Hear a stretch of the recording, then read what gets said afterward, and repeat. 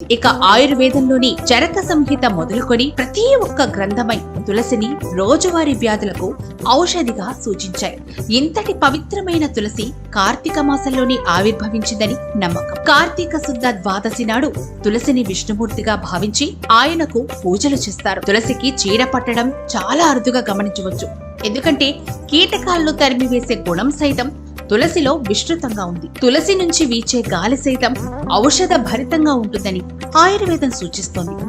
అలాంటి తులసి ముందు నిలబడి పూజ చేయడం, గుడిలో పూజారి గారందించే తులసి తీర్థాన్ని సేవించడం, పూజించిన తులసి ఆకులను చెవి వెనుకన ఉంచుకోవడం వల్ల తులసి పట్ల అవగాహనని, దాని పట్ల విశ్వాసాన్ని పెంపొందించడంతో పాటుగా పరోక్షంగా కూడా తులసిని ఔషధంగా స్వీకరించినట్లు అవుతుంది.